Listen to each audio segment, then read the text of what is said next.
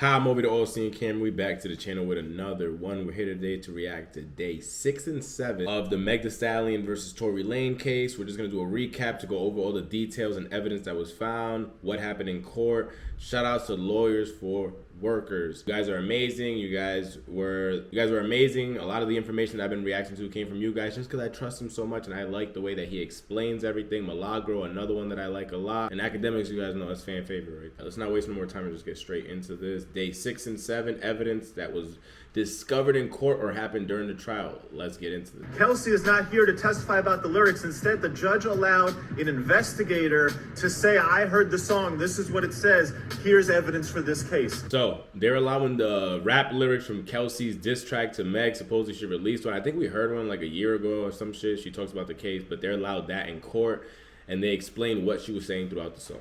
Is that fair? You guys know in this channel we do not support using rap lyrics in court. That's like using a director's film against him. Like, I don't feel comfortable with that.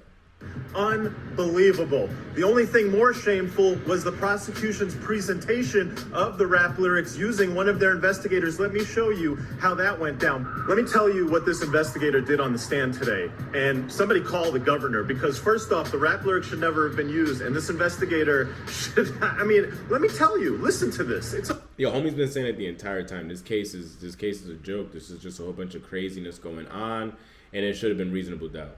Absurd. So then the prosecutor says, hey, in this song, doesn't it say, isn't this Kelsey rapping that, oh, I didn't shoot you should clear my name? And the investigator's like, yes. Okay, defense goes up. Hey, in this song, doesn't Kelsey also rap about Meg is lying to the DA and Meg is lying to her manager, and that her manager, somebody named Dez, is making threats on Kelsey? Dez isn't Desiree Perez, 6ix9ine's nemesis. And the investigator's like, no, I don't know. Can you show me? Actually, I'm not even sure. Dez might be somebody else, but you know, every time we could bring up Desiree Perez on here, we do it. Allegedly. Allegedly, that's his nemesis. Allegedly. Playing dumb, and the guy's like, wait, didn't you come here to testify about what this song says, but you can't answer any of my questions on the stuff that doesn't fit your narrative, basically? So the prosecutor comes back on and says, hey, wait, but all that stuff about lying, there's only one mention of lying with the DA, isn't there? And so this investigator is like, yeah, there's only one. Okay, now the defense goes on, hey, wait, I just asked you, can you tell me about all the other mentions of lying? You said you don't know, you have to review the whole song, but when the prosecutor came up and asked you to confirm there's just one, you just jumped out of your seat and were like, yes. How does all your memory come back about the song when the prosecutor asks you questions, but you know nothing when I ask you? A very, very fair point from the defense team. That is crazy. Again, he was trying to fit a narrative. That's what it comes off as, because when prosecutors, he remembers everything. Yeah, I know exactly what that meant. The defensive team says something, maybe. It's music, man. It's music. It could mean anything. Look, we'll see what the eyewitness has to say, but like I said, somebody call the governor. Using rap lyrics of the defendant, where the defendant can actually defend himself against the lyrics, is one thing. Using the rap lyrics of another rapper, where that rapper is actually in court, and you can ask him questions about what the song is after the prosecution uses it, is another thing. Using rap lyrics about a song that we don't even know who wrote it, who's singing it, some investigator says they found it on the internet, is a whole other thing. And then when that investigator decides to have selective memory, just like Meg and Kelsey, whenever the defense asks them a question about a song that their sole job, the only reason they're here is to listen to that song, come to court and testify it, but you don't remember a single line about, oh, I'm lying, about, oh, managers are threatening me, about, oh, you don't remember. He don't remember anything, again, that helps the defensive team, but he remembers everything that helps the prosecutor. So how did you study the song so well that you can go in court and stand by it and actually give us evidence, and you're an investigator, but you don't remember the entire song? It's just crazy to me. I just don't even understand how what happens after the verdict comes in. Remember any of the stuff? That's a neutral investigation. That's what's going on, California. Get at. Here's your Monday update. Prosecutors just tried to charge Tory with 2 new felony counts of intimidating a witness. 1 for intimidating Meg, 2 for intimidating Kelsey. They want these charges added to the criminal complaint, and they want these charges to go to the jury at this trial. The judge said, what? Hold up now. We just finished pretty much all the testimony. By the way, there's about 1 day of testimony left, maybe 2.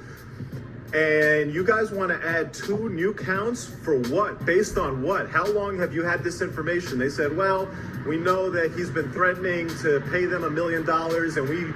That's an amazing threat. Had that information a while. Threaten me to pay me $1 million. while ago, but we didn't know how they were going to testify. The judge said, no, that's not how this works. You cannot add these charges to this trial right now. It would be so unfair to the jury to hear, to the defendant to hear that this is what you're trying to do. So the judge denied it. If they want to charge him with intimidating a witness, they can do that with a separate case. It's not going to happen on this case. As to the rest of the trial, testimony will conclude probably tomorrow, maybe the day after. Closing statements coming on Wednesday or Thursday. We should get a verdict. I don't know how long it's going to take the jury, but this is going to be given to the jury by Thursday or Friday. More updates to come. Wow. It was given to them and they turned that over so fast. Let's remember Friday, it was the 23rd, the day right before Christmas Eve. I really believe they should have just never gave them the option and forced it until after the holidays. I think this is good tea. I don't think the internet has seen this at all. This is the best tea. Tory and Meg did not have like a one-time thing or wasn't like slight. No. They were, all right, so this is what EJ testified. That during quarantine, these two basically booed up. And during quarantine, they stayed together a lot. They hung out together a lot. They traveled together. EJ said that he saw or dropped off Meg with Tory on at least 10 occasions. Wow, 10 occasions. So where was Kelsey at this whole time? 10 occasions. Damn, I thought it was just when she went home during COVID. Again, he's right. I didn't hear this juice. I thought it was just when she went home for COVID. Maybe for 2 weeks he was just slamming it out. 10 occasions. Was he literally slamming it out every single day and she was going home to shower and change? And that in general, that in quarantine, when people were picking up little groups and who they're going to hang out with and who their circle was going to be, Meg and Tory and their little circles were basically quarantine buddies, taking trips together, hanging out together. Listen, don't let anybody ever tell you that there was no relationship there or that it was a minor thing. Better than TV. That's insane. That even adds more slight to it. Wow. Hollywood writers can't make this stuff up. Wait until you hear what the eyewitness The eyewitness now, this is when we hear what he saw. This is the most crucial part. Testimony was this morning at the Tory Lanez. They asked Mr. Kelly, do you know why you're here? Sean Kelly, again, is the man that we keep hearing his name over and over and over and over and over. He said, absolutely. The defense attorney put up a picture of the back of his home. You could see a driveway. They had him draw a square where the SUV was parked. It was right on the curb of the back of his house, 10, 15 feet. His window is overlooking it. He stepped out onto his Juliet balcony and he watched for several minutes as Meg the Stallion and Kelsey, the two females, he didn't identify them by name, got out of the car and they were engaged in a fight. That alone should add to reasonable doubt. They keep skipping over that there was ever a fight. She got out the car and they're like, what happened? You got out the car. He shot. No, you're skipping an entire thing that is literally changing the way that the jury is looking at this case. It was violent. It was quite aggressive. It started with arguing that woke him up in the middle of the night. Where his house is, often him and his son are woken up in the middle of the night by people who stop in and around the back of his home. This was another night, arguing, escalation, two women fighting. He watched the whole thing while standing on his balcony. Oh my God, it gets crazier. As he looked down on a fight that he described as quite violent, he then saw the larger gentleman, this is presumably the security guard Quan, come and violently try to separate them. Eventually, all four were involved in what he called an aggressive, everyone fighting, essentially just a melee, a free-for-all between four people in the middle of the night, right outside of his back window. He's a 4-for-4 melee. Again, the driver, Kelsey, Tory Lanez, and Meg the Stallion. He doesn't say their names because he doesn't know their names. He just comes outside, he says, and sees everybody fight. Said at one point he saw one woman go back towards into the car. At that point he saw a muzzle flash. This is the part that we all, even again, he does say some other parts that came back to bite Tory in the ass, but that's the part right there. He came back during the fight, woman gets up, goes to the car. We saw Kelsey's bag move from the back to the middle, passenger compartment, like where the driver and the passenger can put their arm on. The bag was right on top of there. They're saying that the handgun was inside that bag. I know a lot of hip-hop artists always walk around with purses on, but I don't know, man. I don't think this was his purse. Then he said there was a man, and after the first few shots from the woman came off, he saw the man getting involved with the woman, and more shots went off. Again, he saw her get involved with it. He was trying to take the gun away from her. They were fighting over the weapon. When you're fighting over a weapon, if somebody's hand's inside that trigger, as soon as you pull and try to overpower the girl, She's gonna pull her finger back, a shot's going off.